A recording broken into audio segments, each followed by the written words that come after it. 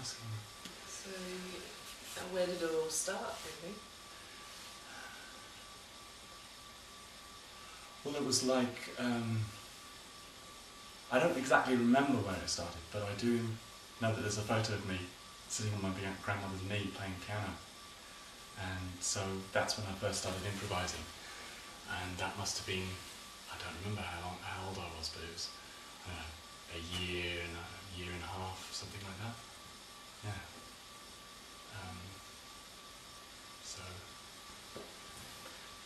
So it started with the piano first? Yeah, yeah. And then, as they do in schools in England, then it's like, who wants to play recorder? And then one day somebody said, who wants to play violin? And it's like, what's that? Why is my hand? Right, my cousin plays violin, I guess I'll play violin. And I still remember the smell of the rosin and everything. And other things musically, I sang in the church choir, so I had the kind of English church choral tradition, but what was really fantastic about it was that there was an Irish woman who was leading the choir, and I just remember her talking about music having to stretch like chewing gum, and she was just so musical. I think what was also amazing for me was that I was singing in a particular church that I was singing in Crediton. There was a crossing of the Michael and Mary line. So there I was on a Wednesday night, Friday night, sometimes a wedding on Saturday, and then Sunday morning service, sometimes 2 services on a Sunday morning, and sometimes Sunday evening. So that's 2, 3, 4, 5 times a week, being in this amazing energy field and making sound. So me being me, that's what, because it just opened my heart and connected me spiritually in a way that wasn't, the words didn't often make that much sense to me because I'd hear the words at church and I was like, but there's life, and then lying in the field in the summer or looking at the stars would really connect me, and making sounds and feeling a sense of devotion as I was singing. So that's really what touched me, opened me. And literally, I think an opening happened when I was about 12, 13, one day sitting in the church, and we'd sang a song, and then the sermon was going on, and people were flicking the paper balls and jokes, and it's like, wait a minute, if this is part of it, why is it separate, and what's going on? And everything kind of just dropped away, and it was this complete stillness, and I felt like I was way back into the past or sometime in the future, and time, everything just stopped. And then all I knew is that suddenly I came out of this state, and I felt this sense of my heart having opened. And I remember thinking at that time, well, should I be a monk? It's like I knew it was something spiritual, and that was the only reference point that I had. And then I went, well, no, this isn't what I do in this life. And somehow then I just got on with my life. Did my music lessons and led the youth orchestra for 5 years or so, and went to a private music school. But again, the path was very different, because it was a music school that was founded by Pablo Casals, who won the Nobel Peace Prize when he was in his 90s. And I remember a similar kind of time hearing this speech that he made when he was playing this piece of Bach on the cello. And he said, I call on my fellow musicians to put the purity of their art to stop these weapons of mass destruction. And even now I feel the chills as I'm saying it, and I was in tears. And I'd been playing for 2-3 years violin, but it was just like, yes, there's a power in this. And that was a music school, had that embedded in it. And it was slightly different. It was a cello school, but I went there and I played chamber music, and I had an apprenticeship with this woman who was the daughter of the cello school main teacher, and we would drive across the borders up in Scotland 2 or 3 hours a week to the cello school and then back to the house, and we were discussing what is life, and what's death, and what's fear, and what's love, and what's hate. We'd make these amazing meals, and in the evening, there was no television in the house, so I found this box at the bottom of the stairs with all these books in, and there was the Penguin Krishnamurti reader. So we'd read these questions and we'd talk about the questions. and then we read the answer and we talk about the answer. So that, and I think I was about 17 at the time, so that started me on another kind of deep inquiry, and started in words making sense of two more kind of enlightenment, as it were, experiences that happened when I was travelling in Europe in my teens, where I'd gone to Athens, and I was in the crypt of the cathedral, and my godfather was there, and he was reading to the Blue Guide of Athens. Pope so-and-so built this, it's this architecture, these stones, this, and I just went, I was with a friend as well, and I just walked away, and I just stood in this crypt, and the altar was at the end, and it was just that sense of energy in that space was extraordinary, and literally everything dissolved into light. And I have no idea how long I was there, but I remember this kind of sound of tiptoeing coming down. It sounded like poof, poof, and I was like, whoa, what's that? And then I saw someone tiptoeing down into the crypt, and I was just like, my godfather came up, we need to go out now, and we walked out, and he was like, pull yourself together, and it was like, wow, what is it, just feeling this love and this life, and what is this magic and this extraordinary, again, what I now know from meditation, this sense of bliss. So that was another signpost. And a similar thing happened also in Rome. The same kind of energy transmission.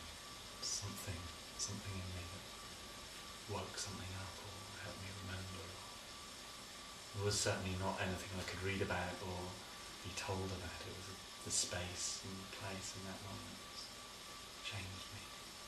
So those are very, very powerful formative things.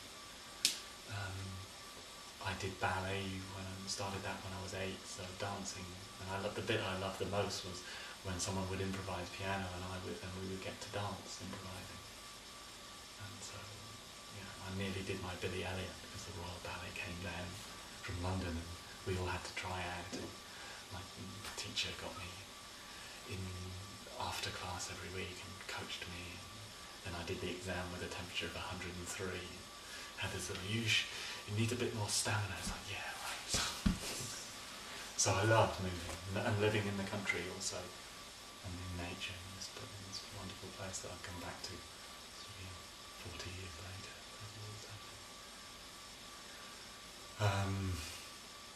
So Scotland in the 70s, late 70s, and I met somebody in America who was playing in a piano trio, classical music still, and saying, I want to be around more violinists, what is this?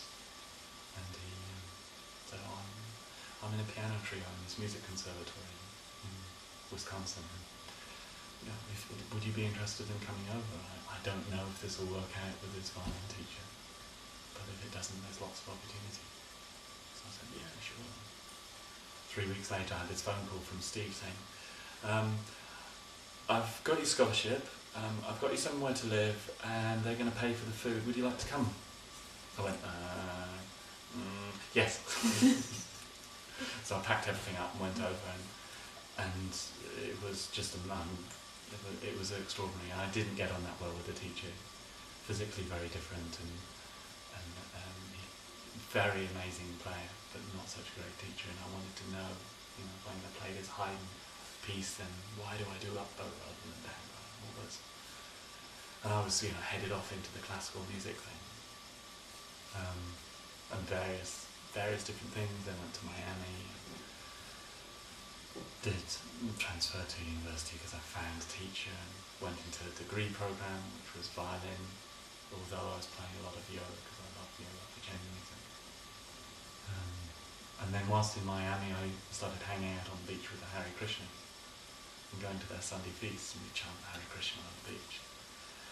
And the same kind of similar feeling that I'd had, in the church that time, and spontaneous would be happening here from the devotion that they had and the sense of service, and little conversations that I'd had with my cousin who was very much involved in the Friends of the Western Buddhist Order. He talked about Buddhism. So that was there. They're all saying the same thing. And meanwhile, I knew I was looking for something because when I went to America, I changed my name back to my great grandfather's name, because my grandfather changed it from this Polish Jewish name to something that was still Jewish, but it wasn't so foreign sounding. So I thought, oh, that'll be good for business. Yeah, of course, it means Polish Jewish, so why not? So I did that, and it was good. Just English accent and having this Lublinsky name. It's like, yeah, I got bookings, I'm sure, because of that. So it was great, but it was like it wasn't me. And then finally one day in Miami, which was where I was studying university, someone was having these talks about meditation and life. And I walked in and it was the same feeling that I'd had when I was a choir boy on Christmas Eve, when you'd be in the church and one candle would come in and then all the other candles would be lit, and it was late at night, and it was just such a lovely sense.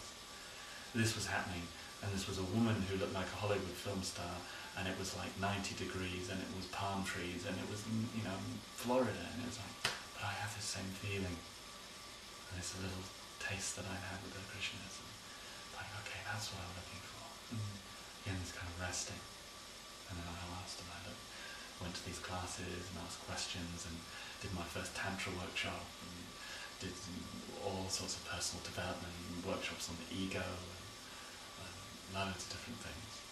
And little by little, it was like, and I started meditating and just doing a very simple breathing meditation to help calm this mind that was very busy trying to work things out. And so, yeah, eventually then I was shown these techniques of this practice, the different mudras, yoga techniques, with a sense of dropping into that place. That's what I've been looking for. And it's not it's me, it's connected to everything. I've disappeared and yet I'm connected to everything. So that was like, that's the heart essence of what my work is about. And finding ways through the gifts that I have with music and movement, sense of image and space and shape and all that I've learned from my parents who are visual artists. And I took that into my senior recital when I was at university. And I did my Bach and I did my Beethoven, because I was English, I did a piece of Elgar. And then I rolled the grand piano back, put a carpet down, lit some incense, and then with my friend Grace we sat down on the carpet, took a few moments of meditation and then just played. And that's very much where I come from. It's obviously, it's not often that obvious. Sometimes it's even more obvious. I do these sounding from silence concerts now. We sit in silence and then I don't know what I'm going to play or what's going to happen. Sometimes I do that on my own. Sometimes with other people playing, and then the sound happens and then it stops.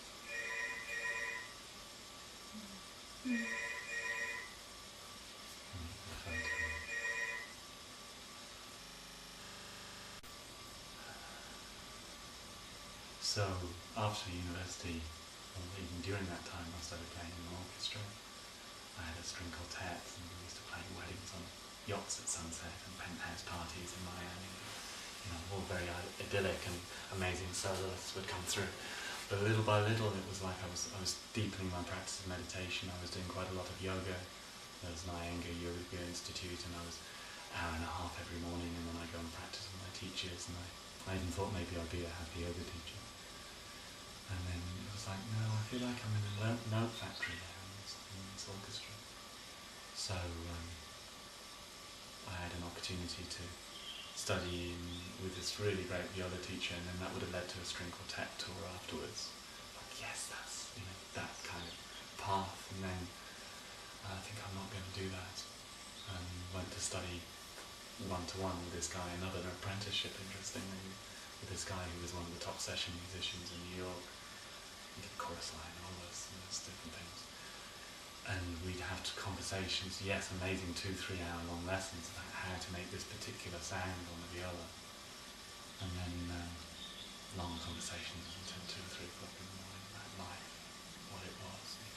Oh, it's so wonderful to speaking with you because I had this passion when I was younger. There's something wonderful.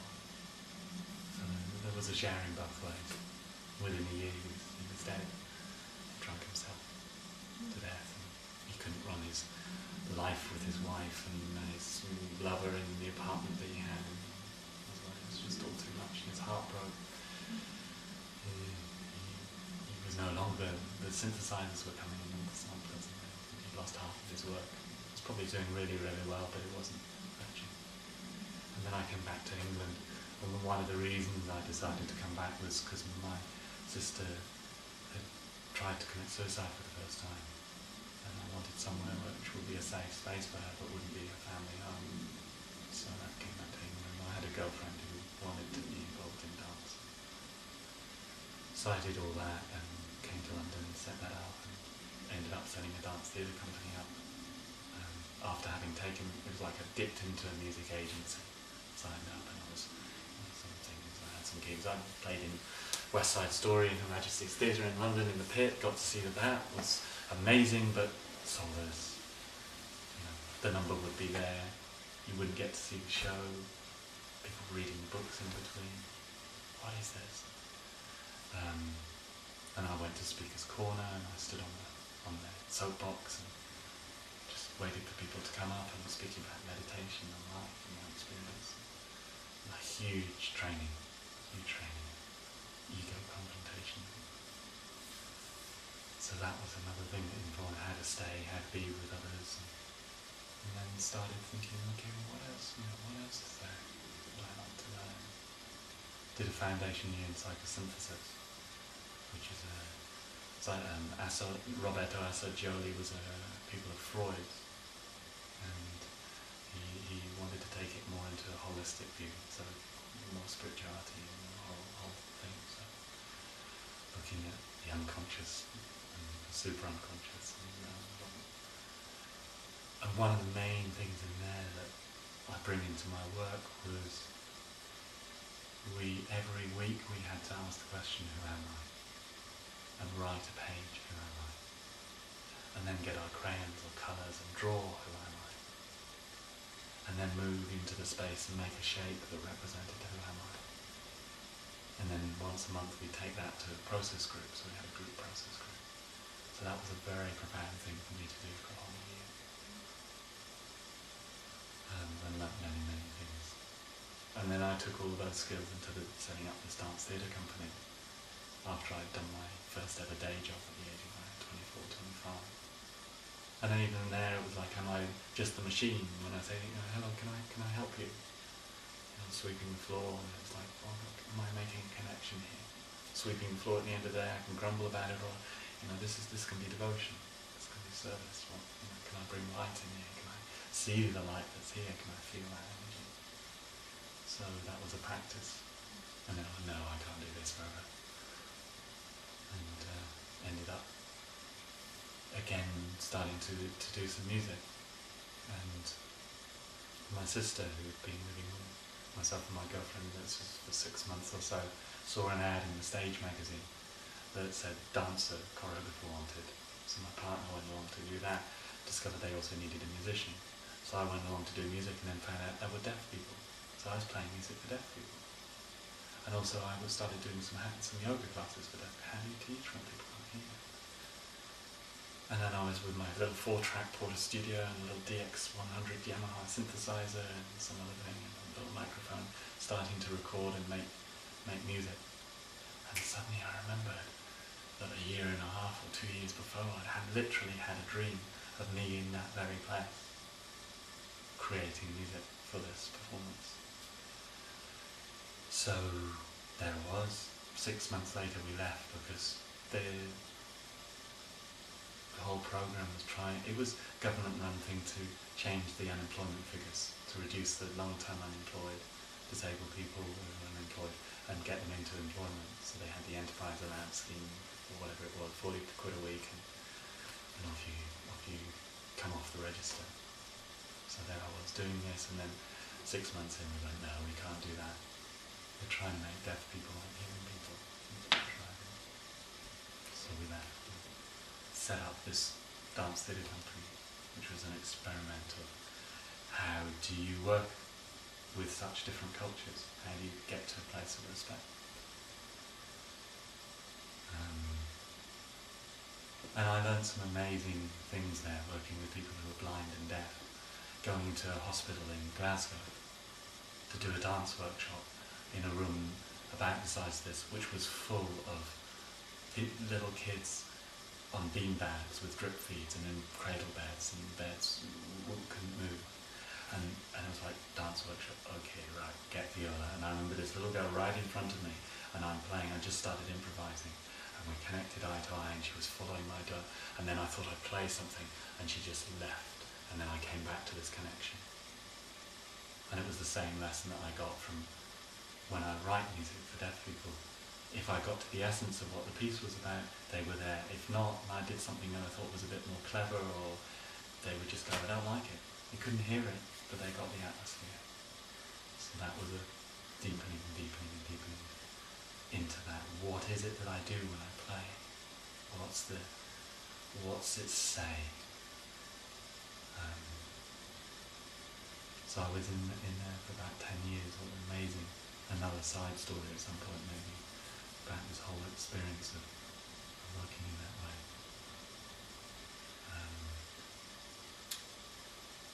And eventually I left the company, and then I did a training in NLP, so that was about language, about non-verbal communication, power of influence, how I can't not influence, so how about if I learn how to influence people.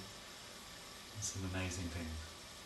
And two amazing teachers for me were one woman who was a dancer and an anthropologist, who was also would go into foreign countries without knowing them, and then communicating. She also would hang out with shamans in South America. Very deep understanding of something else other than just this, programming, which was what NLP came from, a computer programmer and a linguist. How do you do what you... Yes, great modelling skills, and there's something else. So I learnt a lot from her, and also this guy who was a storyteller, who taught us about metaphor and imagery. And he didn't have any of the body matching to make rapport. In fact, there was a deep connection, so I was really humbled.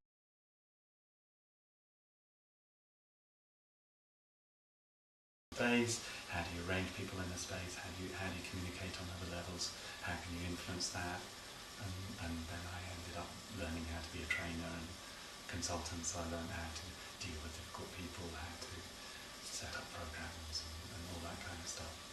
So I bring all that awareness in, and the coaching skills, one-to-one things too.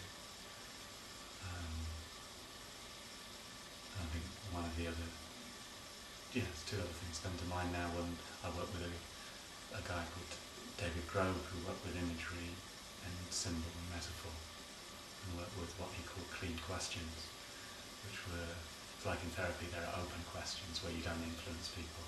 This was another set of questions that were even more finding out what's in what is it that the person I'm with, or not even the person, maybe it's a group, what is it that's actually there, rather than trying to put my model, or I think you're meaning this, or what about, like really what is it that's arising?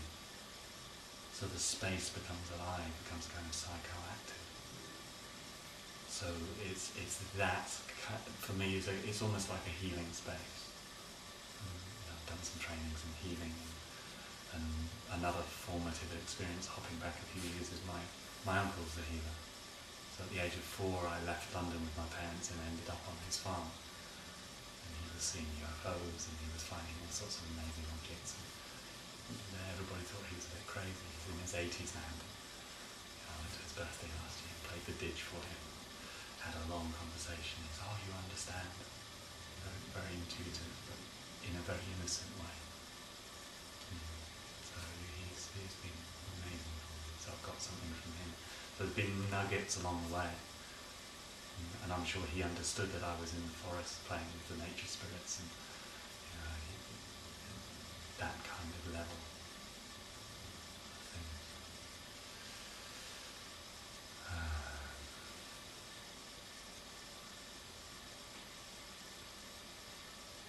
So I carried on with my practice of meditation. It's taught me a lot. That's what I go back to when I don't know. When I did my NLP course, we had to do a modelling project, and the project I chose to do was how to not know. It's like there's a I don't know, scared, but there's a kind of not knowing when a space opens. And that's for whether I'm playing, whether I'm working with a group in business, or it's an inquiry group, or it's the resonance and presence inquiry spiritual journey group. They all have the same essence, which is how to go into the space of not knowing, so that what is emerging, what is really known from the heart, or in between the people that I'm with will be there. Or the notes that need to be played will play, or the silence. And I think the essence of my work with sound and movement is, whether it's a big movement or a small movement, or someone saying something or they're not saying something, or they're making a big loud sound or it's a no sound, it's all welcome.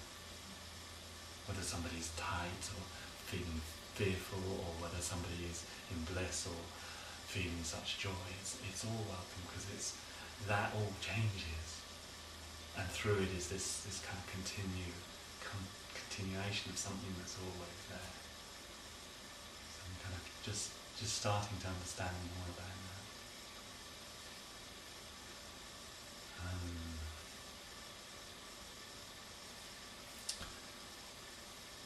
Finally, many other things. One other thing that really influenced me was in 2000, I went off around the world for a couple of months, just meeting and interviewing people who knew the healing and transformational power of music to build community. That was what I told the Churchill Fellowship, that I wanted to do. It said, if you had a chance of a lifetime, what would you do? It would develop you personally or professionally, and well fund you. And I'd seen that leaflet obviously many years before, because it was in my filing cabinet. I was going through and pulled it out, and when I saw it that time, that's mine. I phoned them up and said, you got a couple of weeks, and it's music and musicians happens to be one of the 5 categories this year. It hasn't been for many, many years, but go for it.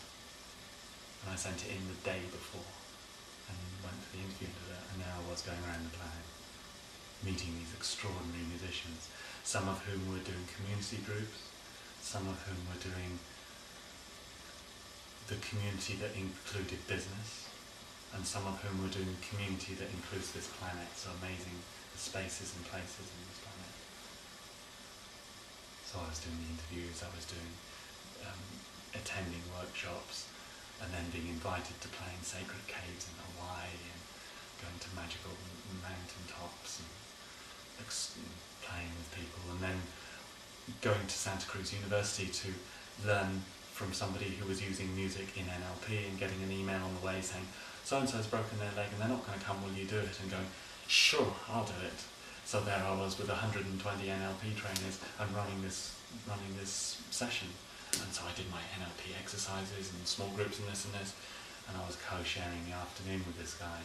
And again, they'd been sitting down all morning. We'd been sitting all morning, and then we're sitting half the afternoon and going, I can't do this. It's a great exercise, I can't do it.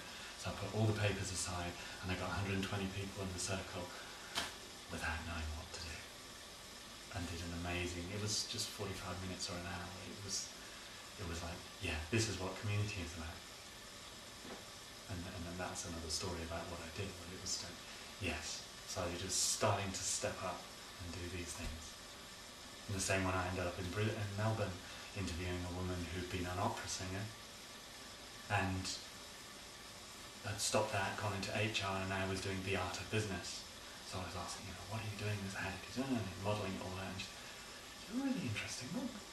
So what do you do? And I started saying about moving sound and what it does and how it developed it. What are you doing on Monday? Well, I'm going to Brisbane. Oh, well, that's interesting, because I'm running a training course up near Brisbane, and would you like to come along? I'm working with these senior managers from the Main Roads Company on presentation skills. So there I was, 4 days later, up the top of Clearwater Mountain running this session. And it was extraordinary, just extraordinary. Just to see, there I was, let's do it. I'd taken the 20 instruments with me, so I had a few instruments, and we went outside with the kookaburras, and she said, there's one guy in here, so it's a little bit of a problem, this and this and this, and I forgot who he was.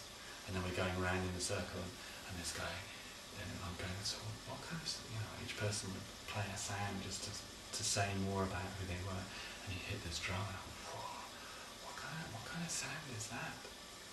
he went, it's a heartbeat. And it was something where the quality, and I said, what kind of heartbeat is that?